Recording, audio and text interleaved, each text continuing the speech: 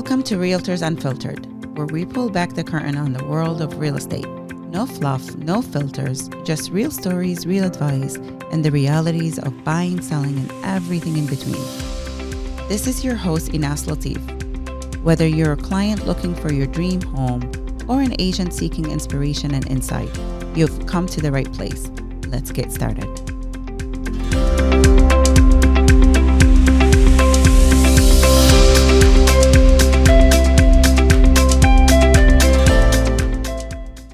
On today's episode of Realtors Unfiltered, I'm bringing on someone who has played a big role behind the scene with myself and my team, helping us prep homes for sale and making sure they shine for buyers. She's the founder of KeAnna Interiors, LLC, a certified and professionally trained home stager, and a Buffalo native with an incredible eye for design. Her staging work has helped countless homes sell faster and for more money, and today she's here to share her expertise with all of you. I'm excited to welcome KeAnna Hayes to the show. Hi, Anas. Thank you so much. Thank you for being here.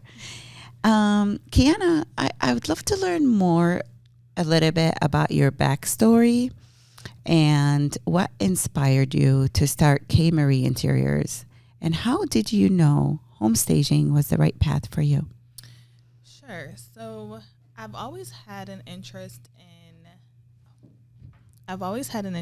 in real estate. I almost got recruited to be a realtor when I was in college. So I had like a meeting with someone. I could still be out there. Okay. So I had a meeting. I was working in a bank at the time, and I had a meeting with someone. They came into the bank. They liked me. They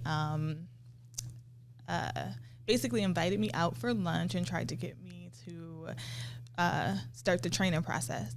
But when they talked about the fees and like what the upfront cost would be, I was like, I'm a broke college student. I'm not ready for that right now. Yeah. Was it a realtor or a recruiter from another company? It was a broker from another company. Yeah. You probably know them. I'll let you know after. Okay. Yeah. So that happened. And then. So it was recruiting one-on-one, like liking someone's personality, a whole different industry, and going after them to try to recruit you for the industry. Exactly. Yeah. Exactly. So I did not move forward at that time. But in 2018, I bought my first home. And my dad connected me with some classmates that he went to school with. And they were working on a home that they previously rented out. So they were basically fixing it up so that they can sell it. So it was an investment home. So I ended up, through the process, becoming pretty close with them. After I moved in, I made like some little changes and furnished it and things like that. And I invited them over and look what I did with the place. And they were then working on another investment property, another flip. Mm-hmm. So the wife asked me, she's like, "Oh my God, I love this. Would you help me stage this next flip?" And I'm like, I don't know what that is, but sure, because I was always in home goods at the time. I was always, So I helped them stage that property, and that was my first introduction, and I've been open ever since. Wow. So it's basically on accident and organically. Yes. That you got into this business. Right. But it felt right just because I was already into real estate. I was already interested in the process of buying my home. I was like, sending my realtor listings, like, here, I already ran the numbers. I know based on my pre-approval that I can afford this payment. Can we go see this house? Basically through the whole process. So I was like really engulfed in that, so I was already interested at the time. And I'm like, well, now I can get into real estate, but be creative. Like, this sounds like my vibe. Wow. Yeah. I mean, real estate can sound intriguing to many people, but it doesn't have to be, to your point, the sales part of real estate. So you got into real estate in your own way that fit you better, it sounds like. Yeah. And I love it. I love it way more because I see what you guys do and I'm like, absolutely not. Oh, yeah. And so you don't think that our job is as glamorous as people think when they're watching HGTV? Absolutely not. No. Yeah. No. The reality of real estate is much harsher for sure. How has being a Buffalo native influenced your design style or approach to staging homes in this market specifically? Oh my goodness. So I think that just having knowledge of the certain neighborhoods and just being in older homes, a lot of our homes are old, like mine. So I have a familiarity with that. And just knowing people. I worked in a bank for a long time. So you get to know a lot of different personalities, their lifestyles, where they work, what they do, what they're interested in. So you just get to know Buffalo as a whole, right? Right. So it's that piece. And then it's also just being inspired by things that have nothing to do with design, right? Like Buffalo has a very arts and cultural aspect to it. So going to the Albright Knox and going to Birchfield Penny and, going to these different cultural events, you get inspired by the art. That's something that I get a lot of compliments on in my staging is the art. I love that. Inspired by the art, inspired by the food and the culture. I'm just like, it just, Buffalo is very unique, and I'm a true Buffalonian, so I try to, So do you bring some of that flair of the art culture and the food culture into the staging inside or into the home space that you're staging? I try to. So I really try to kind of debunk the myth that we don't have a culture or we don't have style or we can't have an elevated look in our homes just because they're older or because the neighborhood looks a certain way and those types of things, right? Mm-hmm. And I also want to attract Buffalonians to make them think, like the house doesn't have to be brand new to be beautiful. Right. We can bring in style. We can bring in, certain art pieces and really make the home shine in a way that is attractive and aesthetic and, it doesn't have to be brand new. Right. And it doesn't have to be expensive things either. No. Sometimes simple cleaning and just decluttering and maybe adding a few touches and some color to a space can make a huge difference and not cost a lot of money either. Exactly. We see it all the time. Yeah. One of the things that we make sure we do on your projects is bring in bright color or bright white bedding, right? Because we know that just makes it pop regardless of what the room looks like. And that's just one of the the simple ways that we can elevate a space. White towels in a bathroom, things like that. Yeah, simple touches sometimes. Absolutely. Which, by the way, I'm obsessed with having white bedding, but I have 2 dogs, and that's been a nightmare, let me tell you. So my white bedding at home is covered with another blanket, and it's really frustrating. So I really enjoy it when I go in some of our listings and I see all the white bedding, and it looks so pretty. So thank you for that. For sellers who don't fully understand staging, how do you explain the difference it makes in both speed and price of the home sale, what they can net for their home? Because many may be a little sticker shocked by, I don't want to spend this much to stage my home. It's perfectly fine. It's going to sell fine. It might sell fine. Mm-hmm. But what about the net and the speed? Yes. So it is proven statistically that staged homes sell faster and for more money. 73% of homes, staged homes, sell faster than non-staged homes. That's a pretty high number. And so taking that into consideration, you have holding costs, right? We all know, as long as you're in your house, you have to pay your mortgage, you have to pay your taxes, you have to pay all the things. And the longer your home sits, the more money is coming out of your pocket. And then your realtor may suggest a price cut just to get more traction. Right. That's also a loss, right? So on average, you will pay about 1% of the list price for home staging. Mm-hmm. That's always less than your first price cut.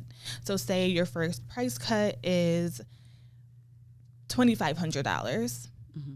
but your first price cut is $15,000, but staging is $2,500. Big difference. That's a huge in difference. What you can net. Yeah, exactly. So that's how we always explain it. Yeah, it's like dime foolish, penny wise, something like that, or the I other don't way know. around. Penny wise, dime foolish, something like that, right? You can spend a penny on something and get a dime back for it, type of Exactly. situation. Exactly. Yeah, absolutely. And honestly, firsthand, I can tell you that I'm the one who sees sale prices on over 200 sales a year through our team, and I see the difference between the staged homes and versus non-staged homes. All right, KeAnna, collaborating with realtors is something you have to do often. Okay. When you worked with myself and my team on several properties, and I know you worked with other realtors in the market space and whatever, what makes or what do you think makes for a great realtor stager partnership? Oh my goodness. This is a great question. Loaded one. Yes, it is. Sorry. Definitely. I think that relationship is identical to a realtor and their client relationship. Mm-hmm. So communication, and clear communication. So if you have a vision, like we're at the point now in our relationship that you can text me and say, hey, go into this house. I want this, this, this, and this. Right. So I'll go in and I'll do my thing and that's it. Now that is a mature staging realtor relationship. In the beginning, we really have to kind of nail down what your expectations are from me, right? Like I definitely see this for this and that for this, and then we'll collaborate and I'll make my recommendations. So clear communication. Mm-hmm. And also kind of having my back in the consultation process, because a lot of times we'll go in and the homeowner is difficult, right? And Oh no, never. we have They're to, never difficult. we kind of have to, go back and forth and things like that. And just, I don't know. I think my favorite thing about working with your team is the loyalty. Aw. Because I can say, like, guys, I don't have availability. I can't. Okay, well, I'll wait. And that makes me feel good, because a lot of times a realtor will say, oh, you don't have availability, so they'll find someone else. Yeah. Right. So I like the loyalty. That makes us feel good, because then we can kind of project what we have coming. Right.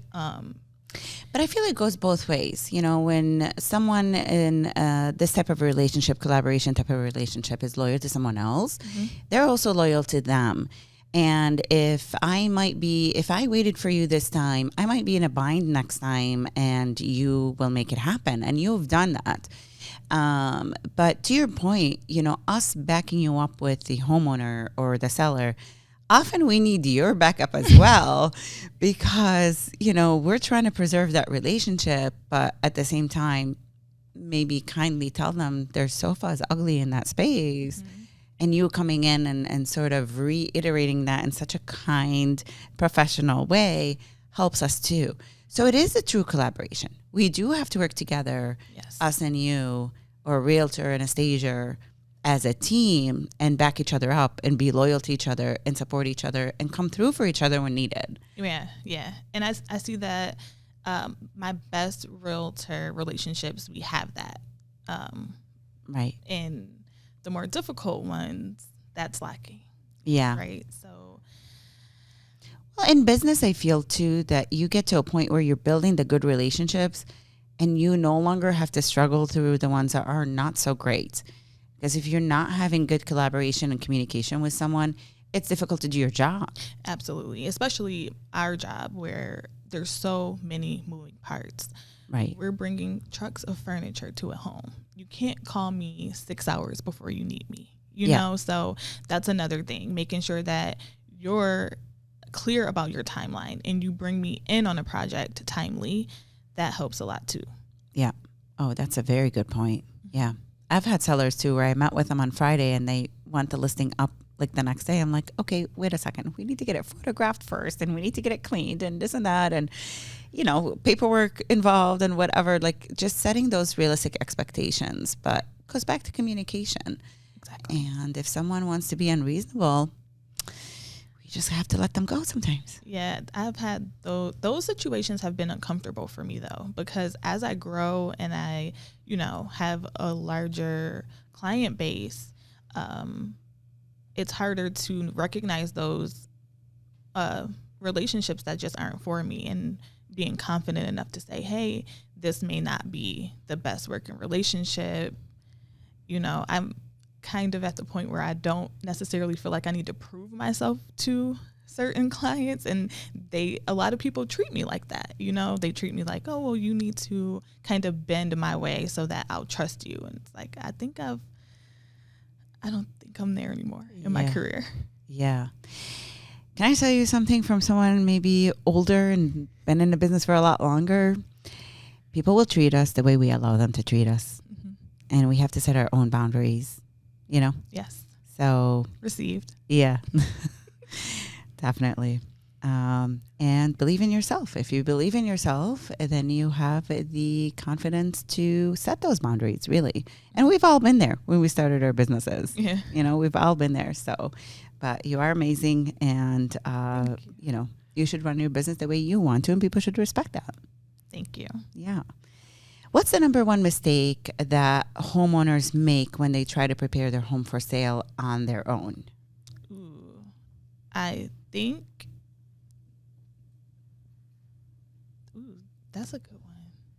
The biggest mistake is not bringing in that second eye to tell you what to remove, because a lot of people are clutter blind. Like, they don't see their own clutter. You get used to it. Yeah, you get used to it. And not only that, when you're moving, it's like the clutter multiplies. Mm-hmm. So when we come in and we say, hey, I want you to clear out this cabinet, a lot of times they don't completely clear out the cabinet because they think that they only cleared out the clutter.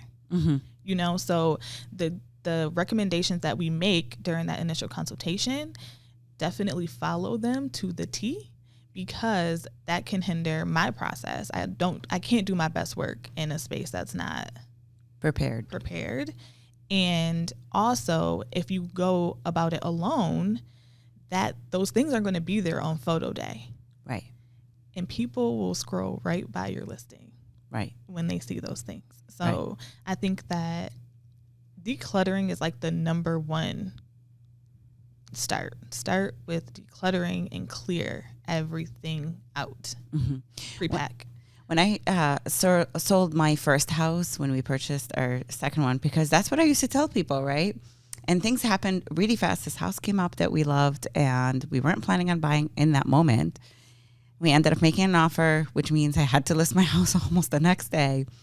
I literally took plastic buckets that I got from the dollar store and started running through my house, room by room, and just dumping things in that plastic. And I had two little ones, so you can only imagine the clutter that I had.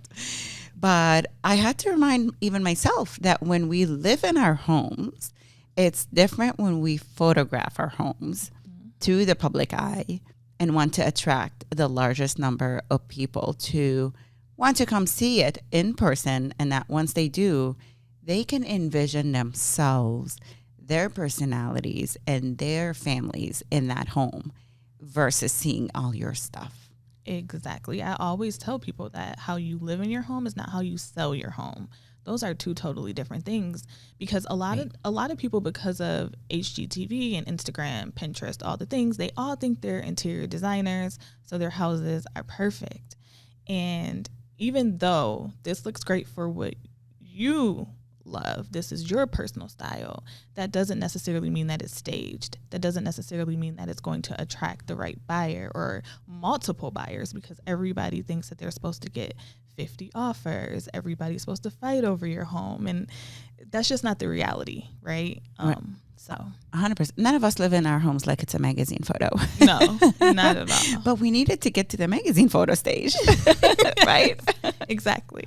Yeah. KeAnna, give me a funny story or an emotional story that you may have came across and experienced with one of the homeowners when you were working with them, because you're going into their homes, into their private spaces.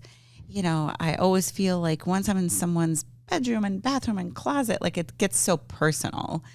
And I'm sure you've seen it all. Yes, I have. So I had a house in Lockport that the realtor was like frantic about it. Like, you got to go in there. You got to tell her everything looks horrible. Please just, she has to do something. She has to do something. So I go in and the house is a wreck. Like it really, really is, but it does have a lot of potential. She had 2 dogs. She had multiple cats. It was just chaos. And 5 kids, I think. Oh my goodness. Yes, 5 kids. That's a full house. It is a full house. So we're going through, and this particular homeowner didn't even try to clean before I came. It was just stuff everywhere. Mm-hmm. Everybody's standards of clean are different too, I've realized, They are. Yeah. They really are. But it was a lot to see past. So we spent a lot of time together. We went room by room. I gave her a shopping list. I, just was very thorough in communicating with her throughout the process of her prepping. And I also want to add that she gave herself about a month to work through the list. She had a lot of work to do. Mm-hmm. And the house looked like I came back and staged it myself. Wow. And you would never know that so many people were living in that house. And it ended up selling fast and over asking. Wow, I love that. So maybe all she needed was some help and guidance. Exactly. And to get organized with that list. Mm-hmm. And she was able to tackle it. I love that. So many people are overwhelmed with where do I even get started, Yeah. And it's paralyzing to some people when it's at that stage and they don't even know where to get started. Exactly. So I love that you were able to help her that way. Yeah. That's beautiful. I feel like that's heartfelt, though, because providing that help to people in one of the biggest moments of their lives, a lot of times they've raised their kids in that home and they've, maybe that was their first marital home. It holds sentimental value. Home is so sentimental. Right. And when you can put something on the market that you're proud of, that just feels good for people, right? So yeah, I love that part of my job. Yeah, me too. I actually share a similar story that happened last week. This wonderful woman, she had lost her husband recently. And when we met with her, literally she had me in tears because she was so sad and embarrassed that she didn't get to vacuum before we arrived. Proud of her home. They both worked 2-3 jobs to be able to afford this home, very modest home, to raise their family in, and now having to make that decision to sell it because it's too much for her to upkeep and too much for her to afford on her own. But yet she was overwhelmed in the beginning, very emotional by the time we were done with her, and we had a game plan, and we talked about how we're going to help her make it present even better and all of that stuff. She just was so happy and in tears. And to your point, she wanted to be proud when she put it on the market. She was embarrassed she didn't get to vacuum it. And it was clean. She only lives there alone. It was clean. Did not need to be vacuumed, but she was embarrassed about it. Yeah. So, yeah, those are the most rewarding moments. I couldn't agree with you more. Absolutely. When I go into a home and they're like, oh my God, excuse the mess. Even if it's something that I've never seen before, I always say, don't worry. Like, I've seen so many different things. Don't worry about that. Yeah. Like, this is my job. Go to my house right now. It is messy. Oh, my house too. And maybe not spotless clean because, hey, I work a lot and sometimes I don't get to it and that's okay. But if I'm showing my home and taking photos of it, you better believe it's going to be spotless. Yes. It'll be staged. Yeah. What, from all the stories that you have experienced, what is the most rewarding? What was the most rewarding experience that you've had? Would it be that lady in Lockport that you talked about? Maybe that one. I don't know. I think I actually would like to highlight one that I'm actually proud of myself. That kind of made me know, like, okay, I can keep going with this. It was my first $1 million property in Buffalo. And it was like one of those houses, like being a Buffalo native, you ride by, you're like, oh my goodness, I wonder what it looks like inside. So we did that house and it ended up selling really fast. And we all know, like, the luxury market is a little bit longer as far as the days on market. Right. So I was nervous because I'm like, I'm advertising that my stage houses so fast, but it ended up selling really fast and over ask. That's amazing. So that was kind of rewarding for me as a Buffalo native, going into this prestigious neighborhood, Yeah. It's like the you made it job. Yes. Well, not quite. Yeah. You can make it job. You already made it. I don't necessarily feel like that all the time. I feel like I have a lot of work to do and a lot of growth, because there are some amazing stagers all across the country that I'm inspired by. So, I think that I don't want to stagnate my growth by thinking top tier just yet. Yeah. I you know what though? 25 years in the industry, I still feel the same. Yeah. And you always have to have that growth mentality, or you just start sinking from there. Yeah. If you don't, know. I want you to touch a little bit on any design trends that you're seeing currently in Buffalo or anywhere that, resonate with today's market. I think that we're getting farther away from that millennial gray and warming up the spaces, which I love. And so woodwork is darker tones, or, just not gray floors. I love that. Not gray walls. Homeowners are embracing more neutral tones on their walls too, like more whites, which I love, because then I can come in and add the, pop of color, or some texture, things that I love to do. I don't have to work around certain things. I've always loved neutral walls too, personally, because to your point, you could easily change the look and feel of a room with the color and texture without spending too much money. I don't want to have to repaint a living room every 3 to 5 years. Choose a nice color that's neutral enough, warm enough, and bright enough at the same time, and just play with accessories. Yeah, that's always my mantra. I don't know if you agree. No, I definitely agree. But one of the things that I love that most people may think may be the same as a non-neutral wall is wallpaper. Wallpaper is coming back, and I love that because there's so many cool textures and things. So I really love that.